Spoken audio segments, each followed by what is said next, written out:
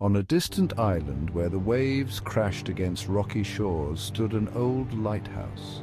It had been abandoned for years, its light long extinguished, and only the sound of the sea remained to remind people of its past.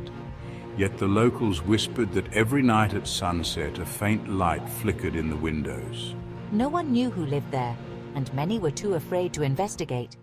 One stormy evening, a young girl named Mara, curious and brave, decided to uncover the mystery.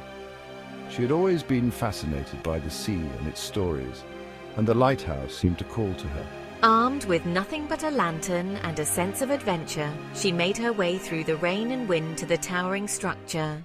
The wooden door creaked as she entered, revealing a narrow spiral staircase that led upward. As Mara ascended, she noticed the walls covered in old faded maps and pictures of ships long lost to time. It felt as though the very walls held memories of forgotten sailors and sea captains.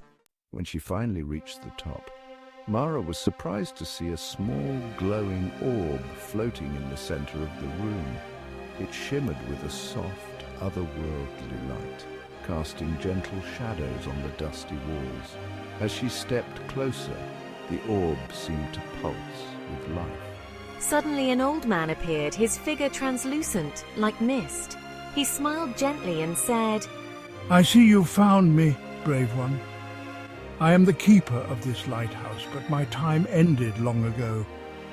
The light you see is the last remnant of the beacon that once guided ships safely to shore. It still holds the power to protect, but it fades with each passing year. "Why is it still here?" The sea always needs a guardian, someone to ensure that the lost find their way home, even in the darkest of storms." Touched by his words, Mara realized the importance of the lighthouse. Though it was no longer in use, it still had a role to play. She vowed to visit and keep the memory of the light alive.